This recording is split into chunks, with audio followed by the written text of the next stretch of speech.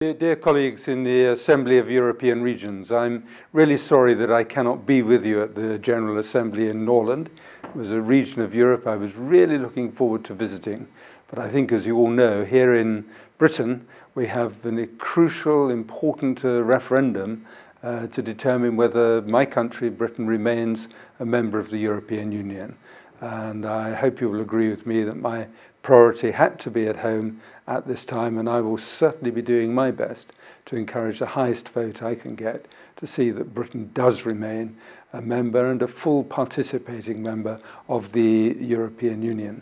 For somebody of my generation, and I was born just at the end of the Second World War, I think the great achievement of Europe is that now it is unthinkable that the countries of Europe would ever go to war again.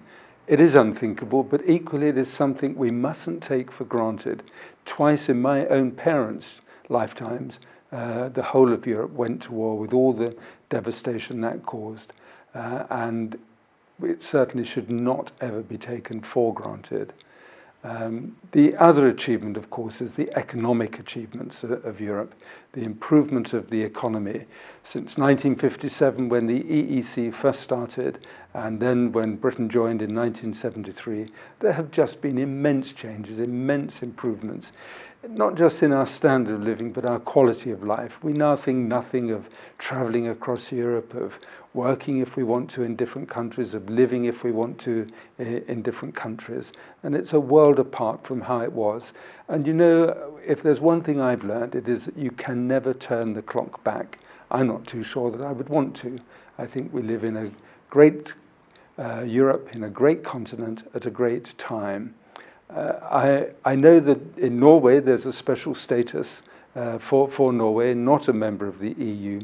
But whilst I respect the decision of the Norwegian people to have that special status, they have signed up to most of the treaty obligations of the European Union, and I'm even told that pay very much the same into the EU.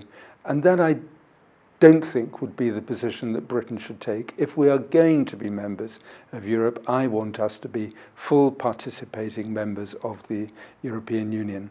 Pretty well every world leader, from President Obama, from the leaders of Europe, Angela Merkel, President Hollande, from our own Commonwealth leaders, the Prime Ministers of Canada and Australia and India, all say to the British people, you're better off inside the European Union, and it is better for the world that Britain remains a full member.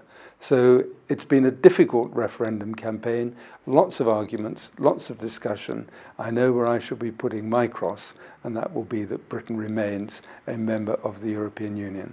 I wish you well at the General Assembly. Please do what you can to ensure that the work of the AER continues to flourish, as I know it will. And thank you very much, and I'm just sorry that I can't be with you in Norland.